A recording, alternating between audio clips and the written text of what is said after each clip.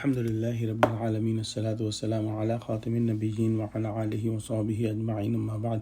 فأعوذ بالله من الشيطان الرجيم بسم الله الرحمن الرحيم قال الله تعالى في سورة الأنعام وهذا صراط ربك مستقيما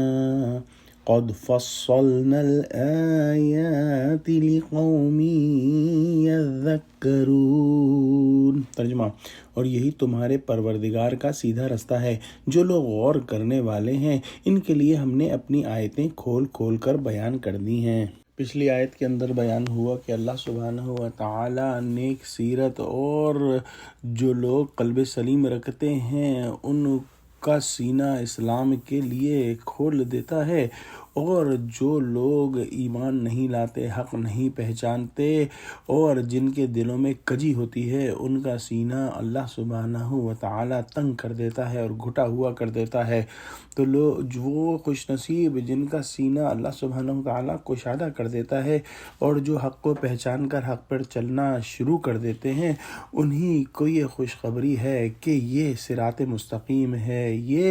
تمہارے پروردگار کا سیدھا رستہ ہے۔ اور جو لوگ غور کرنے والے ہیں، جو لوگ اللہ سبحانہ و تعالیٰ کی آیتوں پر غور کرتے ہیں، اللہ سبحانہ و تعالیٰ نے اپنی آیتوں میں کسی قسم کی کجی نہیں رکھی ہے، اللہ سبحانہ و تعالیٰ نے اپنی آیتیں کھول کھول کر بیان کر دی ہیں اور ان پر تدبر کرنے والا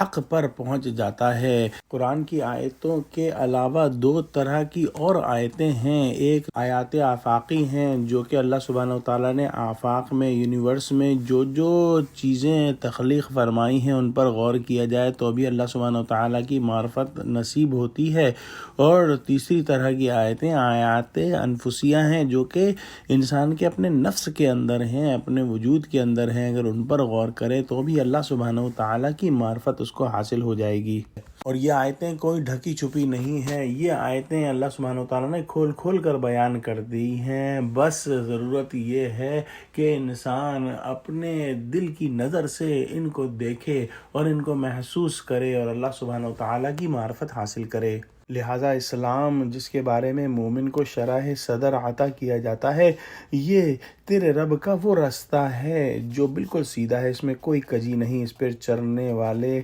کا منزل تک پہنچنا یقینی ہے، جبکہ اس کے علاوہ جتنے بھی رستے ہیں وہ کج مج ہیں۔ یہاں پر اللہ سبحانہ و تعالیٰ نے تیرے رب کے الفاظ استعمال فرمائے جو کہ مومن کے دل کو اعتماد اور یقین سے بھر دیتے ہیں۔ اگلی آیت میں ارشاد فرمایا لَهُمْ دَارُ السَّلَامِ عِنْدَ رَبِّهِمْ وَهُوَ وَلِيُّهُمْ بِمَا كَانُوا يَعْمَلُونَ۔ ترجمہ، ان کے لیے ان کے اعمال کے صلے میں پروردگار کے ہاں سلامتی کا گھر ہے اور وہی ان کا دوست دار ہے۔ تو جن لوگوں کو اللہ سبحانہ و تعالیٰ کا سیدھا رستہ مل گیا اور وہ اس رستے پر چلتے رہے، ان کے اعمال کے صلے میں اللہ سبحانہ و تعالیٰ ان کو سلامتی کا گھر یعنی جنت عطا فرمائے گا، اور اللہ سبحانہ و تعالیٰ ان کا ولی اور دوستگار ہے، اور جس کا ولی اور دوستگار اللہ سبحانہ و تعالیٰ ہے